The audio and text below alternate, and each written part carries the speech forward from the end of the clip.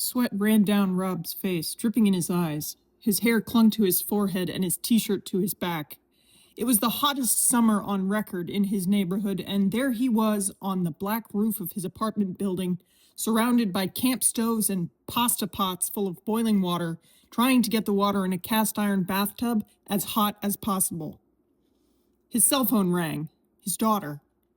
He let it go to voicemail. "Dad, pick up," she said. "I know you're there. If you think I'm going to let you kill yourself over some absurd theory, you're an idiot. If you don't come down yourself, I am calling the police." The message ended as abruptly as it began. She meant well, but he couldn't stop now. This was too important, even if she didn't believe it. He poured another pot of boiling water into the tub, stirring it in with a couple of big wooden spoons. He winced as a splash of boiling water hit his forearm, and he jerked back so that he wouldn't disturb the 6 round objects rolling around on the bottom of the tub. His phone rang again. This time the number was unlisted. That would be his work. They left no message, but they didn't need to. It was clear enough. They knew where he was, they knew what he'd done, and they were not going to let him get away with it. Oh well. If he was wrong, he'd sure look like a fool, but he'd be disappeared like his contact in the Natural Science Division, so it wouldn't matter. But if he was right, he was saving lives, and he was willing to risk his own for that. Rod heard sirens in the distance, but they faded away. If his daughter had called the cops, they weren't here yet. He still had time.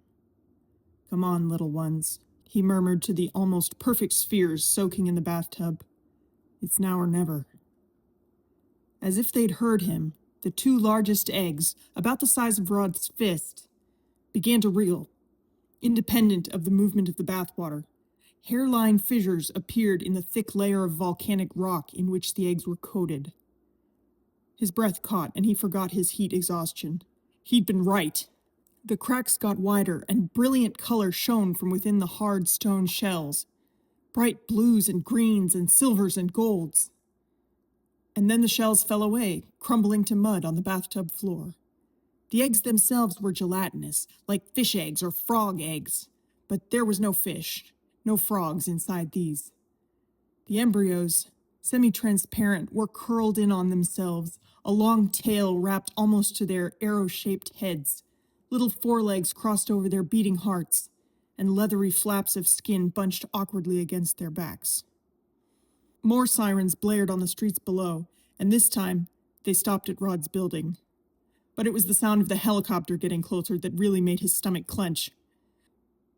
He poured a last pot of boiling water over the sea dragon eggs, and his heart melted watching their little eyes flicker open. They opened and closed their little jaws, already equipped with teeth. They experimented with moving around, testing the strength of the walls of their eggs. "Come on," Rod urged underneath the sound of the nearing helicopter. "You can do it." There was a bang, and Rod was thrown onto his back. He struggled to get his wind back, but even once air rushed into his lungs, he found he did not have the strength to get up. In the corner of his eye, he could see the sleeve of his t-shirt turning red. Oh well, he'd done what he'd set out to do. Stealing, hatching, freeing the sea dragons so that his agency could not grind down their eggs to synthesize gene-mutating stem cells capable of turning animals into weapons and people into slaves.